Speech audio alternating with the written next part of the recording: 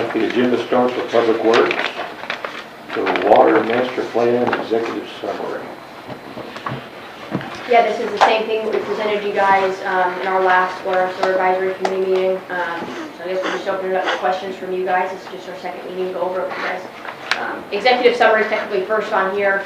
I don't know if we put them all on here, so you guys can have them. But There was one or two that weren't here for the other meeting. I was not here. Do you want to make your presentation again? I don't know if they were prepared to make it again, but I have a presentation. okay, yeah, if you guys want it again. Yeah. Okay. Over. Do you care as you're talking if you have a question we interrupt? Absolutely. Okay. Go ahead.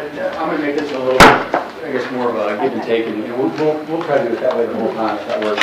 I'll just present on down as I have, and then you guys can stop me at any time and ask questions as it pertains to it. And you may want to reference the plan draft number 2 instead of number 1 on this one, because I think the executive summary is first, so Is the one you we'll gave dive us? more into the... The number 2 draft? Yeah, So it's a yeah. little different than the one we had at last meeting? No, but the executive summary goes first, and then the master plan draft is second, so if you have any questions on the master plan draft, we'll be able to answer them. Oh, in this presentation. The executive summary just pulls information from the draft itself, and so Somebody made a motion to move to the number 1 since it's going to be going through the Well- draft and the water master plan. So if the agenda is actually scheduled correctly. Or just go through the executive summary, if you want to go through the executive We summary. already asked for the presentation. I make a motion that we do a secondary presentation so that we can kind of review it again, get it fresh in our minds. Okay. I have a motion and a second. All in favor? Aye. Any opposed? all right, so I'm Trevor Vogel with Christ Engineers. We were tasked with developing a master plan to the year 2050 for the city of Bryant. And the agenda for this meeting is to kind of discuss those Bryant population and demand projections that we had determined, a little bit about how we went about determining those for the basis of the demand that we expect to be seen as we go on to 2030, 2040, and 2050. A little bit about the hydraulic modeling. So it's a modeling software that we used to basically portray your city in the demands, shows all of the pipe sizes, shows all the meter locations, and we were able to use that to run scenarios and scale demands based on those scenarios to be able to project into future demand scenarios and different sources as in Saline Regional and CAW. Then we'll discuss a little bit about the water supply itself between CAW and the potential future water supply of Saline Regional. At the very end, we will discuss a little bit about the capital improvements plan and what it entails. And I'll go through a few of the key improvements. Those are the improvements that are made based upon kind of either current growth or future demands that may be seen. So population projection, you have this on, it would be page 2 of your executive summary as well, if you want to look at that. So for the population itself, it is in the blue line. Currently in 2020, that's the most recent census data. It shows about 20,000. The way that we scaled the growth of Bryant is essentially it's about a 1.75% growth over the next 30 years, but it begins with about the same growth that was seen from 2000 to 2010, and then it scales downwards. So we're looking at about 1.57% between the years 2040 and 2050. So you used the city's previous growth to kind of calculate the future growth? A little bit of both. So I used the city's previous growth. I reviewed it versus the water rate study that was submitted in 2020, as well as the UALR. They only have Saline County data. They don't have individual Bryant data, but what I did was basically ensure that we were, I understand you're landlocked, we were well under the Saline Regional UALR curves, and I believe those were developed in 2010. But as far as the water rate study, just kind of for comparison, they only go up to 2029. But it was an effective growth to 27,300 people And so you can see in our 2030, we're at 25,585, we're less than that as far as an effective. So the county growth percentage was what then, based on ULR's numbers? Let's see, county growth, I don't have the percentage itself. I do have that from 2020 to 2030, it was from 132,700 to 163,9,000. I can calculate that here in a little bit and get that to you. But the county grew roughly 30,000, and that was the rough scale that they used. 30,000 between 2010 to 2020, and 30,000 from 2020 to 2030 was the county's effective growth rate. So you're basically projecting half of the county's growth to be in the city limits of Bryan, based on that? No, that is incorrect. So that was in a 10-year span. I'm projecting that Bryan increased by about 5,000 at the same rate. So what was that, 1/6 of the county's population, roughly, projected. But you said it went from 132 to 163. That was in the year 2030. 163 was in the year 2030. They only gave projections in the year 2030. Thank you.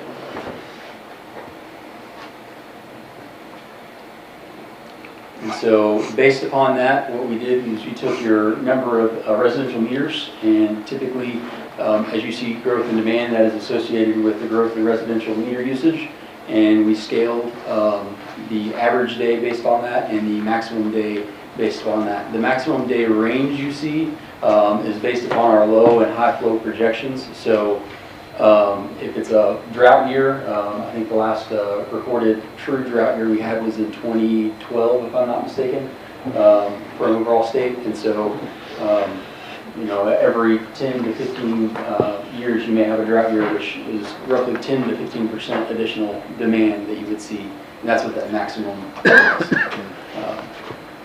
And you can see the current demands. There's three different individual peaks that we have for the years 2021, 2022, and 2023.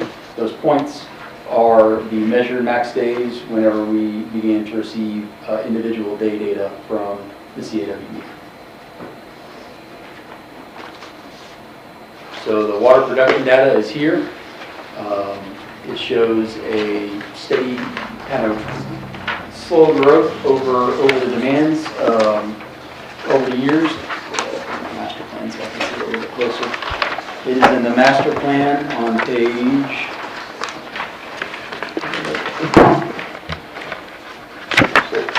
6. And so the kind of barcoded colors of red and blue are winter and summer months. The keynote is that you can see over the past, prior to 2021 winter storm, most of your maximum days occurred in the summer. We've already had 3 such events that have occurred during the winter that have actually been your actual maximum day. So relatively new thing for Arkansas. During the winter months, what happens is people begin to drip their faucets, and this is water purchase data from basically the water that's purchased from CAW. So faucets drip, mains break, and that will increase your water demand for that day above that you see in summer sometimes. And so that was just one thing that I wanted to specifically note on that. The maximum day of 3.0 did occur during the winter of January this year.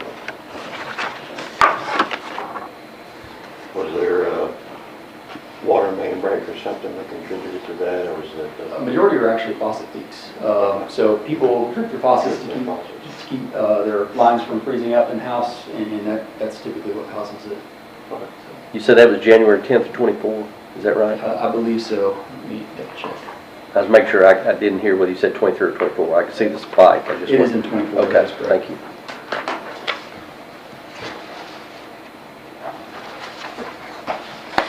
So a little bit on the next part is the model building. We utilize a software called Innovize InfoWater.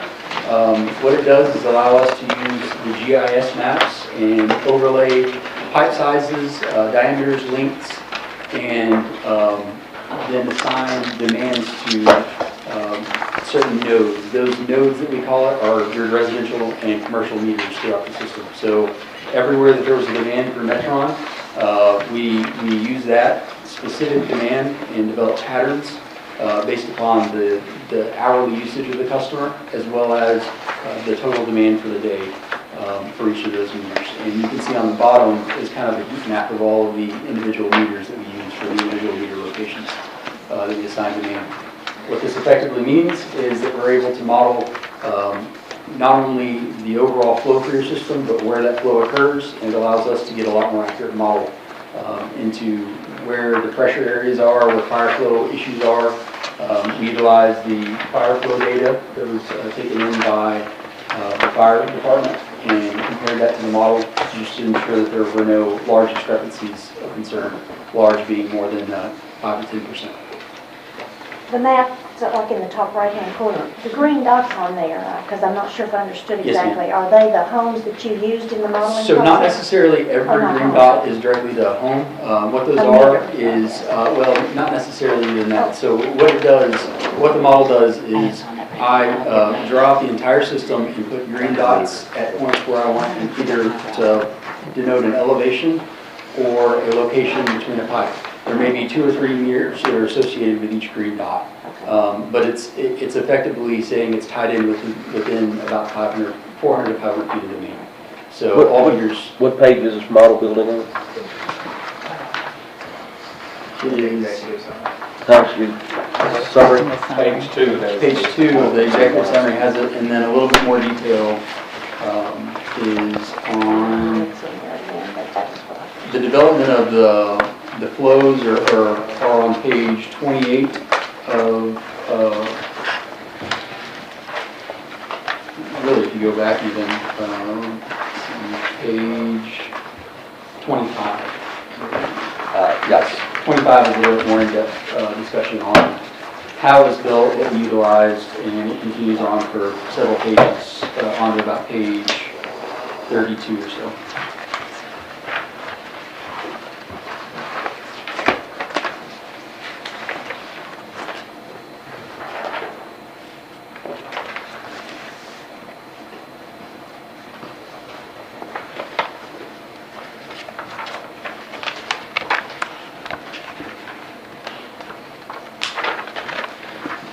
So I discussed developing those diurnal curves for individual customer usage. What we used is the Metron meter data.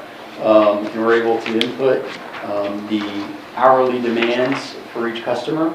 One of the things, again, like I had noted earlier, the demand during the winter during the winter of 2020, or I guess it would be January of 2024 was our highest demand.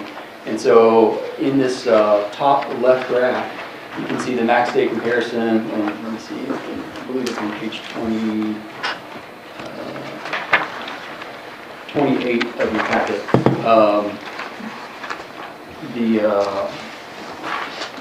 And again, the shown graph on the one that I have here is in GPM. On the one in the packet is peaking factor. It's basically just averaging all of that around 1. But the actual demand for the system in Bryant on the top left side, the maximum day demand comparison, you can see that the winter storm event, the blue event, had more overall demand throughout the day than the red event. However, the red event, the summer event, involved a high peaking factor, so that means a high amount of demand in a small period of time. It's interesting because the way that you go about combating that, typically utilize storage in your hanging storage in your tanks to account for those maximum demands, whereas in winter, because it's a high base flow, continues throughout, you can't really account for replenishment time and recover from that throughout the day. And then again, on the bottom, it shows the average day demand. You can see typically the winter demands just mirror that of summer, with the exception of during the morning and evening. Those are typically attributed to more showers during summers, sprinklers utilized during the summers. So very end, after using this is the actual model. I have a terrain overlay on it. I believe it's in the packet as well, page 30, it's 37 is the meter points, and then page 34 shows a good kind of overall view of that map. But the line sizes were gathered directly from the GIS data that your utility provided me, and then the demands again were from that Metron data. And this was the model that we utilized for all the scenarios in the master plan we're going to discuss further here today. So for the water supply discussion, the current maximum demand that was attributed to that January event was 3.1 million gallons per day. The 2050 maximum day projected demand, based upon the population projections, were 6.1 million gallons. And you can see the current CAW allocation, I believe, is 4.0 MGD, with the future minimum allotment for Saline Regional minimum, not maximum on that. The top one is the allocation, that is the maximum. CAW is the max. Saline Regional's minimum is 2.0 million gallons per day. So utilizing both is kind of the procedure that I went with. In the master plan, there is scenarios for just CAW, for just Saline Regional, and for a combination of both as far as the way the model was ran, how the system utilized water. So I took all the demands and saw what improvements need to be made. If you strictly want to go with Saline Regional water, what demands would need to be made. If you strictly want to go with CAW, and what demands would need to be, or what improvements would need to be made if you want to combine CAW and Saline Regional. As it sits now, you guys are developed around receiving water from CAW, so a lot of your transmission mains go directly from that pump station into the city. And with Saline Regional coming in from a different location, you can see some of the improvements that are recommended are involved in bringing that water from wherever your connection point is into the city and allow it to fill those tanks. I have a print off of the capital improvement plan. It is on the last page of your executive summary as well, if you want to look at that. It's broken down into near, mid, and long-term improvements. There's a few different things, and again, in the master plan itself, each of these individual improvements are broken down and discussed basically on the reason behind it and what it provides to the city. But there are large improvements you can see, and rather compared small improvements. Some of the large improvements for the near term, the main ones, and we'll talk about those further, involve the expansion of the pressure system in the north to basically encompass the entire city, removal of the south pressure zone. And then it follows with fire flow resiliency improvements. And those are areas that were indicated to be deficient in fire flow, that improvements can be made in order to bring those to compliance. What's considered near term, 2 years? Near term, about 5 years is typically the view that I've picked for near term. Midterm is anywhere from 10 to 15 years, and then long term is anything in the 20 plus year range.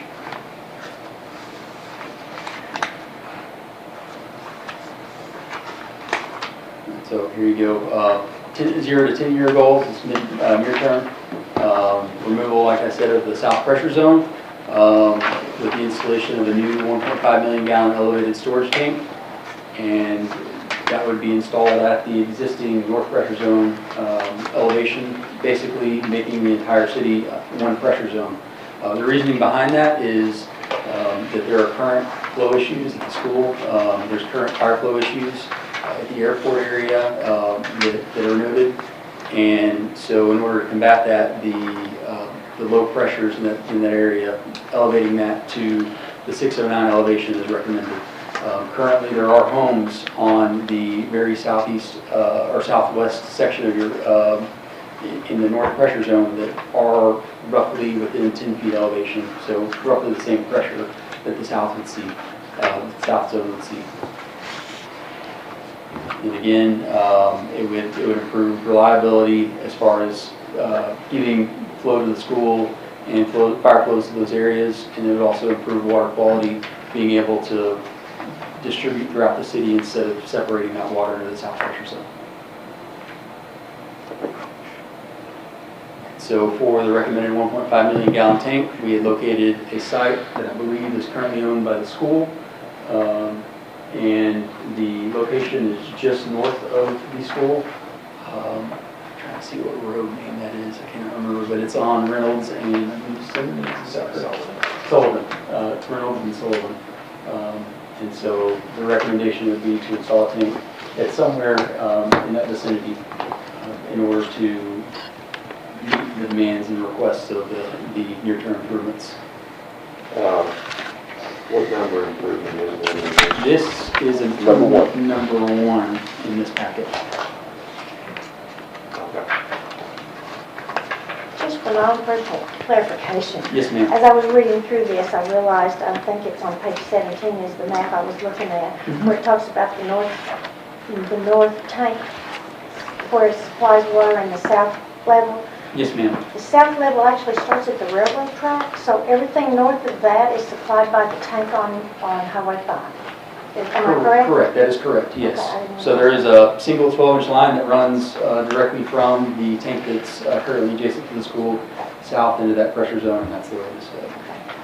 I wasn't aware of that, so. And great choice of the map on 17. You can see just south of the Hurricane Golf and Country Club, those homes at the very, very south of that north pressure zone area are the ones that currently see the same pressures as those at the south side. Okay, I'm looking at this distribution system improvement 1, Yes, sir.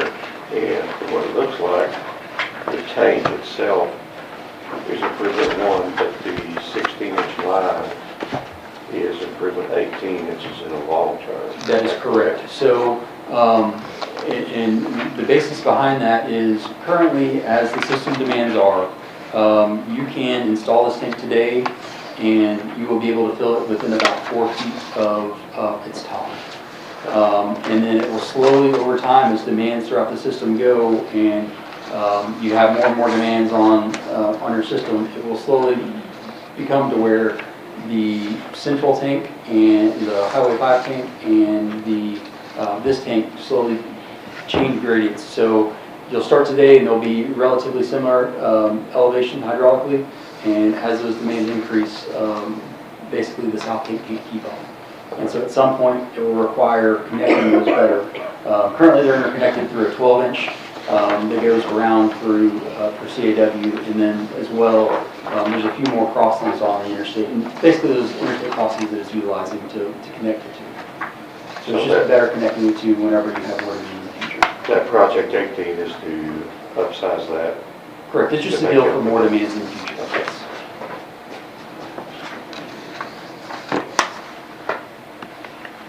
So I'll move on to the midterm improvements. Again, most of the other near-term improvements involve fire flow and resiliency. You can see in the CIP, it's fire flow at the airport. There's a few others that we noted that are relatively easy to get fire flow, over 1,500 gallons a minute, which is the ISO 1 rating requirement. Well, depending on the type and build of the establishment, but 1,500 is the minimum that needs to be seen. And so those fire flow, again, are to improve those areas to that. For the midterm, so near term involves really reducing the south plane, or removing the south plane and bringing up the north plane. The midterm improvements are all designed around Saline Regional connection. So now that you have a new connection for Saline Regional, how do you go about bringing that water into the city to be able to be utilized? Currently, the main lines run from CAW's pump station directly to the tanks. So that is the only large feed lines you have between the system. What would happen is, in the future, you will need a larger line to carry that water from the outskirts into and to fill the Highway 5 tank. And so there's two really alternatives that are shown. I believe they're 9 and 9A in the plan itself. The difference between the two are strictly on where Saline Regional plans to connect. Both of them involve bringing that to the Highway 5 tank. These are based on preliminary. If at any time in the future it is realized that Saline Regional does not connect at this exact point, that would need to be evaluated further to make sure that we can provide that water to the tank and allow it to fill. So that will be a 9 or 9A, not both. Correct, not both. But in the total over here, are they both on there? Yes, they are. Yeah. And so that can be removed, yes. One of the two will be removed, depending on what is installed. Well, we're only doing one of them, that's a pretty big difference, that's half the cost. of the- Yes. Yeah, that's a 10% reduction in your overall budget there, your final number, basically.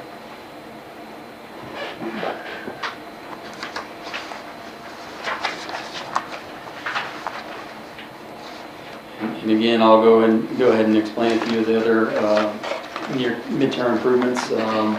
The Saline Regional SRPWA connection, again, those are anything to do with that connection, ensuring you have connection to your services prior to the pump station, in case you are fed directly off of Saline Regional, making sure that those customers have service. And then again, fire flow and resiliency areas that were noted, either deficient fire flow or areas that could be easily looped within the system to provide better water quality to the customers. For the 20-plus year goals, which is the long-term goals, the overall design around these are to build the system based on the projected demands. So this is the long-term is the ones that are involved based on the demand projections. These are the ones that that need to be installed in order to better move water throughout the system as those demands increase. And these are going to be the ones that have the most chance of changing based on. Correct. The near term, again, are established on pretty much things that need to be done now. The midterm, again, is indicative of Saline Regional, and then the long term, those are based on projected demands. That is correct. And you can see in those, we do not have any fire flow on those because the fire flows that we have established are already indicated. Okay, these fire flow issues. Yes, sir. So the city, overall city is in danger of losing its ISO certification or That is not? not correct. Okay, that's why I'm asking. The issue involves, let me find the page. And you said we are ISO 1 now, is that correct? Correct. If you go to page 33 on your master plan, it shows a heat map. Everywhere that is red is an area that is indicated by model and again also by fire flows that are made by the Bryant Fire Department, areas that currently have flow under 53 gallons a minute. And most of the south area can be taken care of by the improvements of removing of the south pressure zone, increasing the pressure, with the exception of the airport. That's why one of the near-term improvements is to run a line between the airport and the Hill Road, which is where the school is. That also, in effect, helps the school as well. But this heat map shows the current fire flows within the system and where it was noted to be deficient.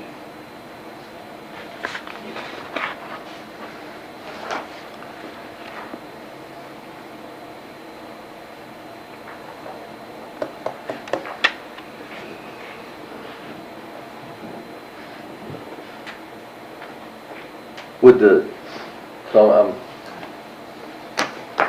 homeowner's insurance is based on that ISO rate. Correct. All right. So I guess, are we in danger of insurance rates going up if you live in those red sections? I'll have to leave that up to fire chief on that. I'm not a fire expert. That is something that, Your shirt says something different. I'm sorry, I said your shirt says something different. that is something we definitely need to keep an eye on because that is a big part of it. If we do have places in the district that are not adequate, have adequate water supply, then it is something we might have to look at getting a split rate. So certain areas will be a different classification. Okay. Well, it looks like the red zone that's up around, well, say up south, on the south, it looks like it's across the street from the high school area. That is correct. Which is a very large subdivision. Project number 7 on that, the North Reynolds Road crossing at Rogers Road involves 100 feet of an 8-inch, and that is basically to connect them. Currently, it's a dead-end feed. with a long 8-inch line, and so that does not allow them to get fire flow. Once that's connected, then that will resolve that issue. That is in the near term. The numbering of these projects is not a numbering in importance and order that need to be done. They just need to be done in the near term, midterm, and long term. That is mostly correct. The ordering that they are in each of the individual ones, that is correct. The highest ones are the ones that are rated either the most simple to complete or the most necessary, one of the two. They were worked on with utility to kind of get a map of the order of improvements based upon necessity and ease of completion. The reason I ask is that project number 7 looks like a $40,000 project. If it's going to affect that many in insurance costs and stuff like that, it could be bumped up if it needed to be. Correct, it could. But basically, the first thing we need to do is replace that tank, is what we're looking Yes. at. Yeah. So that would be the first thing.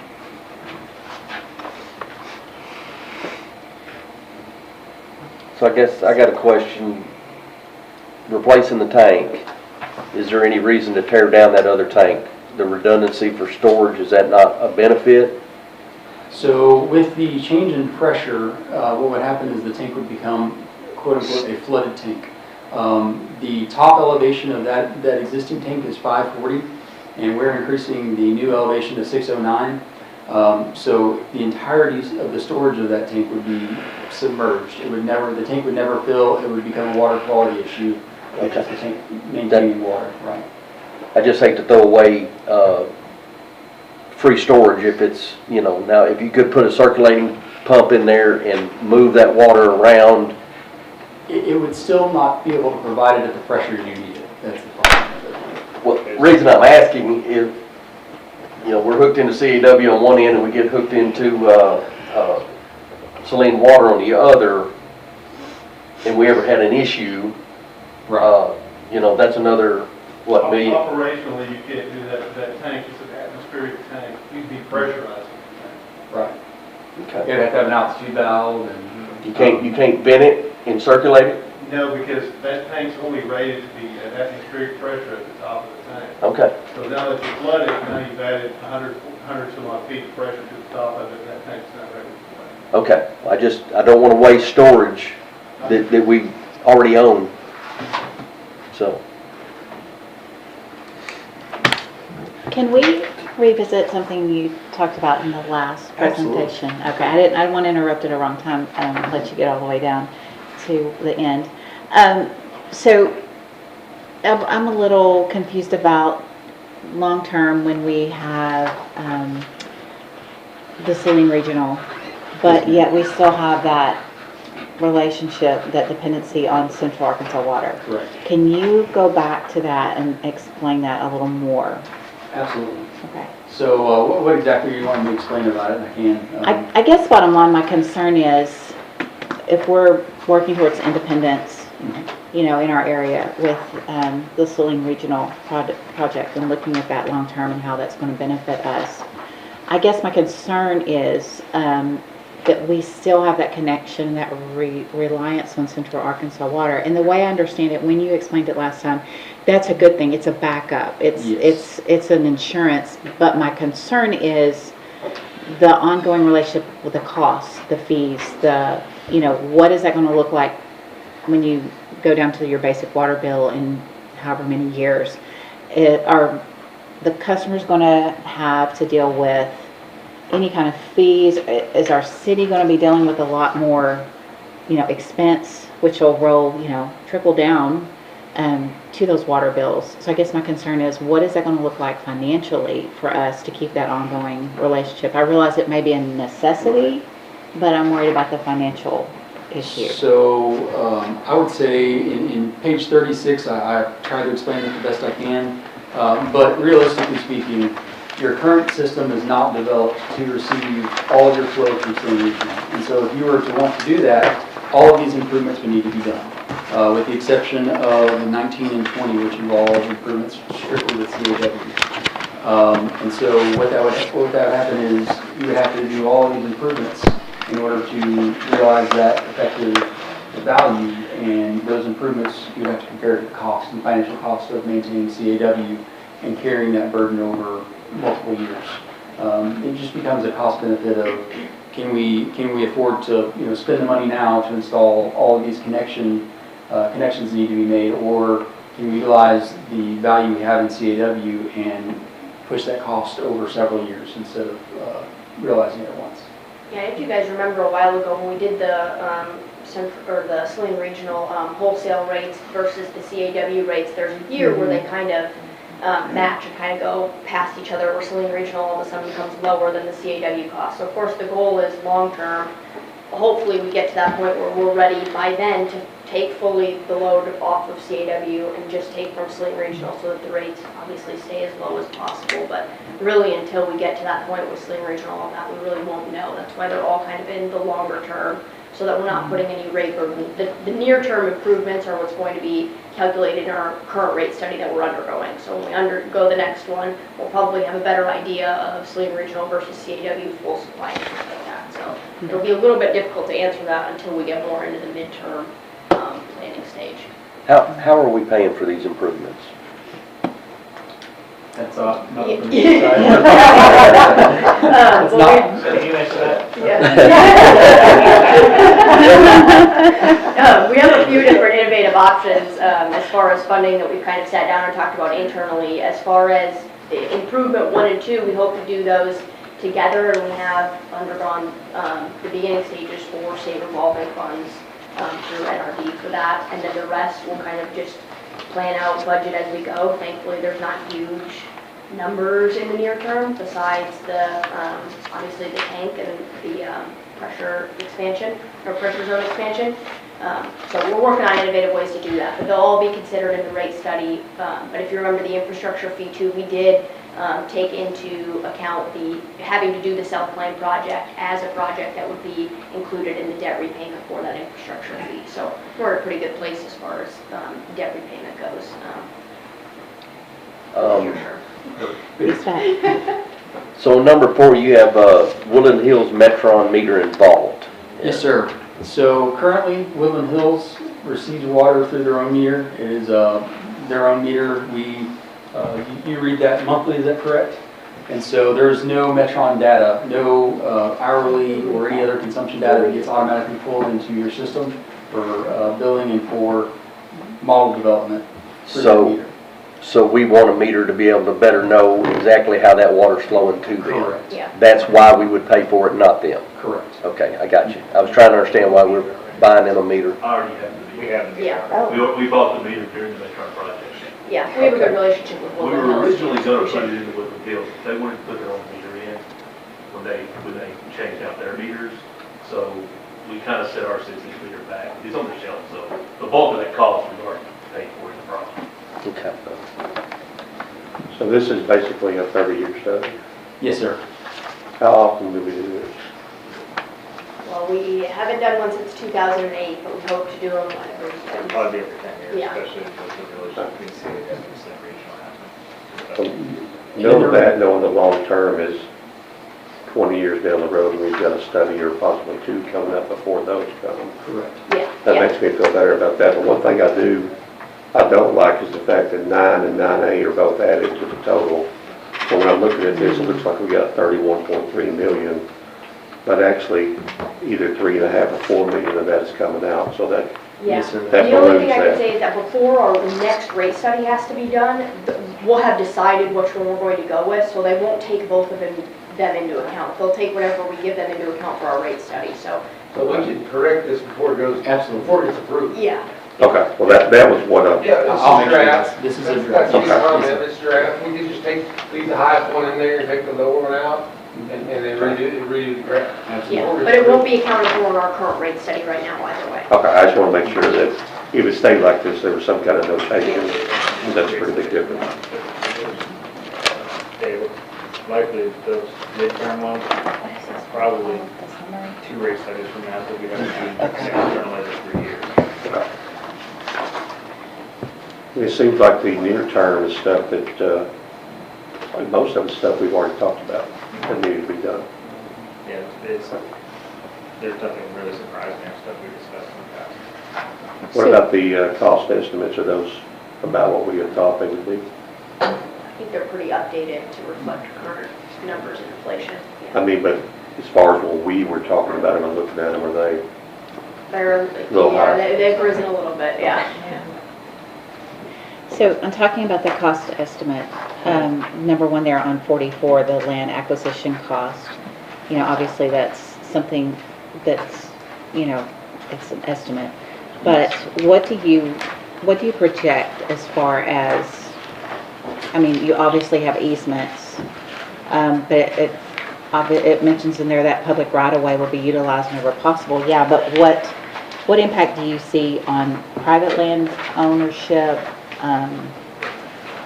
When you're impacting a private homeowner by laying a line or upgrading, what is the protection for that person and their property? And I realize there's a right of way, there's easements, but you know. And so, and not all of these agreements already involve land you already have or easements on, or right of way. Some of them will be new easements, especially with the 9 and 9A with City Regional. But really, there's no current lines in some of those areas exactly that you may need to get water to, so easement acquisition will be required. And part of that involves, again, these projections and the lines of these projections aren't the exact locations in which they're going to be installed. It's simply a best guess at a good location that they could be. It's conceptual. And so going through individual landowners, making sure that we utilize right of way where needed. You know, we may be a line that's drawn straight down the road may involve it going 2 streets over or however in order to least impact. I think your I've seen question them. is good, and it really should go to the city guys. It's no different than they're laying a line now or doing anything now that they do on private property. I've seen a lot of lines get adjusted based on the difficulty in getting right of way and the impact it would have. Okay. So I'm comfortable with it being it needs to go this direction down this road, and we'll figure the rest out when we actually start doing it. And a lot of that too, you can't project in 20 years if there's going to be a large business that's going to take over multiple lots, and there's a lot of roads may not be exactly where they are in 20 years, and so there's a lot of that too that goes into the plan that you can project. And so again, for more of those the longer term you go, that's why the only one that really had an exact location for large improvements was that tank, was because that's something that we know where a location that it can currently sit at, and that was where it was developed. For a lot of the longer term, it's going to involve those future rate studies and those future master plan updates to be able to better determine this. And I can't remember if I covered much of the long-term improvements. I'll make sure I discuss those effectively right now. The 20-plus year goals, again, the overall objective is to plan for the amount of water that we project you guys, demand the 6.1 demand that is in the system, and to install those necessary interconnects within Bryant in order to meet that demand. That major project involves connecting the Highway 5 tank with the new planned 1.5 million gallon tank at the high school, the North Mills Road High School.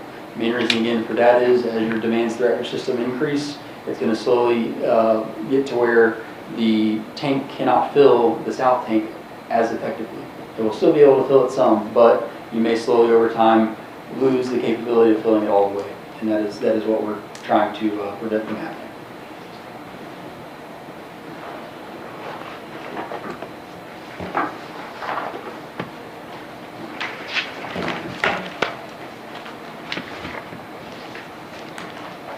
Any other questions? Any other questions? Anything that you guys want me to?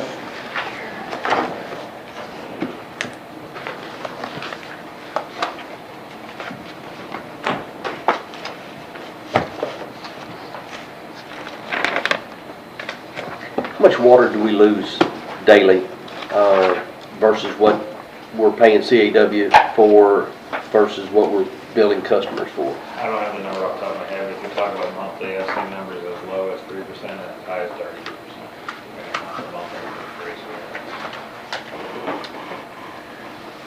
Where's that loss at? Transmission lines, leakage? refunds? Yeah, if we see it, it'll be on the main end. The main. I just wondered what kind of revenue we're losing versus what we're paying out, you know, and Well, I can just get it cost per the first sale, if that's what we want. I just, you know, going through here is something we can fix here, help us capture that, so that we're not, So I'll throw out the number. So we had earlier last year, if you remember, we had ARWA do a rate study, and the water loss in the city came back right around 4% overall. So no, we're doing pretty good. okay. What is that, 4% considered good? Yeah, that's it, Excellent. excellent, yeah. Huh? 10 to 15 Anything standard. anything right? under 10 to Yeah. 15 anything under 10 is considered very excellent for Arkansas. I've seen in the range of 25% not be surprising for municipalities. And we were under the impression that going to these meters that give us this daily reading and things were going to help us improve isolating out some of those leaks.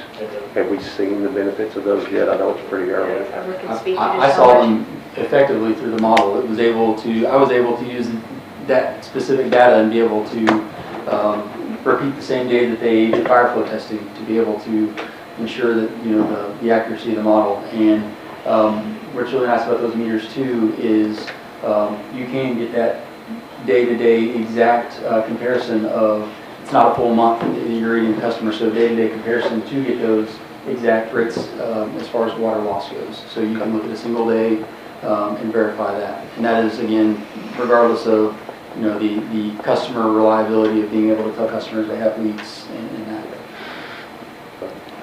So that's really helpful on that 4%. Yeah, I figured we were losing some, I just didn't, Everybody's listening. yeah. Everybody but CAW, because they getting paid. Depends on where you put the meter. No, I think if you take up the news, they've had a couple lines below, and got that's How much of this was on the wish list prior to the report, and did the report show anything that we didn't have on the wish list or weren't already knowing deficient? not so much on the wish list, but not so much surprising. It's issues we knew would happen. Okay. So stop, thanks. I don't want to call it wish list, because when I did the infrastructure review, that was based on needs.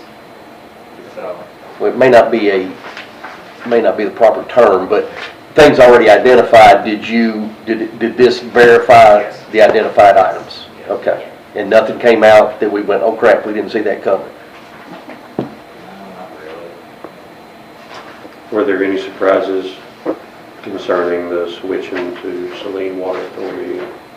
Or is that pretty much what you? No, because we started negotiations, not even negotiations, but meeting with CAW probably 7 or 8 months ago about, okay, contracts coming out, they're well aware of Saline Regional.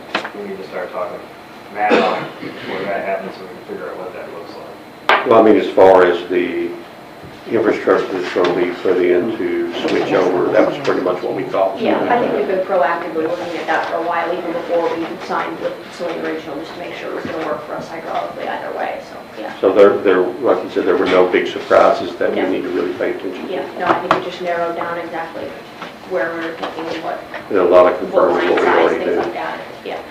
Their hydraulic modeling matched up very well with what I see in the field. Okay. And I can tell you that, for example, Mills Crossing for that low fire area, that's something I've been harping on for 5 years. We don't have much flow in that area. We just I never confirmed brought it. that to them, their model brought it to me. Okay. Same thing with the airport, everything in South Lane, that's things we've known about for a considerable amount of time, their model showed you. Are we doing a similar situation with the sewer system? Okay. So just so I get the number in my head, I mean, okay, so we're talking $27 million worth of water improvements over 26 years. That's $1 million a year. You don't know what the sewer is, and we're looking at a big piece of the $180 million Southwest Regional, right? No, Oh, No, the rates, we already, when we signed the Saline Regional wholesale contract, our rates were already set in stone in that contract, or at least in So stone, they were the, so set. the existing water rates are going to pay for the improvements? Saline Regional is, building Saline Regional is not going to be included in our near-term rate study. Okay. So our rate study will not take into account the 26 million. It will take into account the near-term, which is 14.4 million, minus whatever the self-claim project is, or most of what the self-claim project is, because that was already planned for in the infrastructure fee. So whatever we planned for as the debt service repayment, which I think we had a 5%, and right now they're sitting at 4%, so there's a percentage, lower, things like that, and other things that we're looking at lower on the debt service fee that goes into the rates. So does your existing capital budget cover a good piece of this? It covers, yeah, it covers one, for sure. That's the most expensive one on it near term. Yeah, so you're looking at near term being about 14 million, and you basically have that budgeted into the rates at this point now, right? Not the rate, the infrastructure fee. Infrastructure fee. Yeah, not the Okay. entirety of it, just the self-claim project. Yes. And just making sure that the money's there, or, you Yeah, know. yeah, those. We made that rate plan and infrastructure study based on the fact that we knew these would come. We didn't do it on all of them. There was, if you remember, there was about 6 of them. There was the 2 that we currently have, or the 3 that we currently have the bonds. It was Leah Circle, Spring Hill, South Plain, and the meters, and then the 2 that we already have. Yeah. So South Plain was included in the debt that we were going to take on. Granted, it was a less amount than the 11 million, I think, but again, that hopefully that interest rate covers the gap there.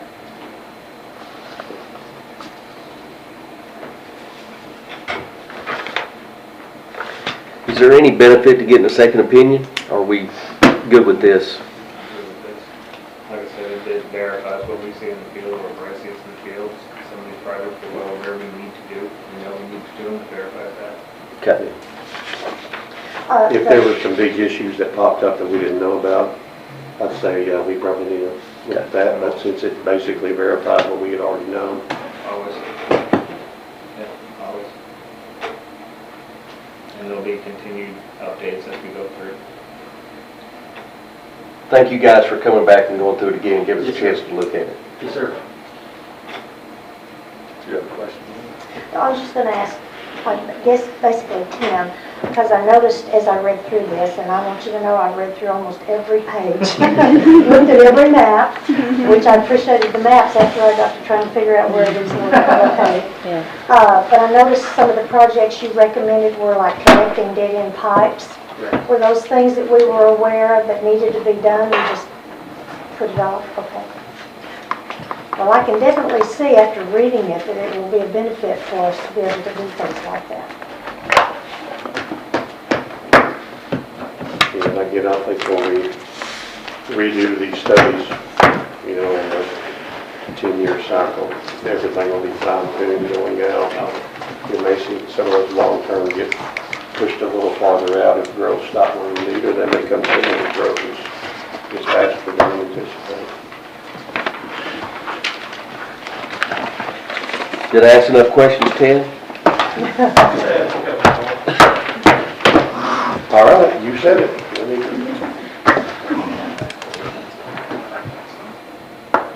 Any other discussion? The only other thing on the agenda is the ordinance that we're proposing to take to council. Obviously, we'd like your guys' recommendation through with the water master plan. You guys feel comfortable with it? If you want another meeting to discuss before then, let us know. So you're asking for us to recommend acceptance of the plan?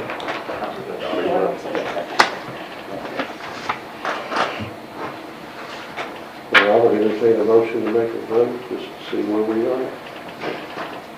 Well, I make a motion that we, what's the proper wording? Recommend, adopt this ordinance and pass it on to the city council for approval. I'll second. You got a motion and a second to recommend this ordinance to the city council for the water plan. All in favor? Aye. Any opposed? Okay. You make a recommendation to the city council. Abstain. anything else on the agenda? I would entertain a motion. A second. A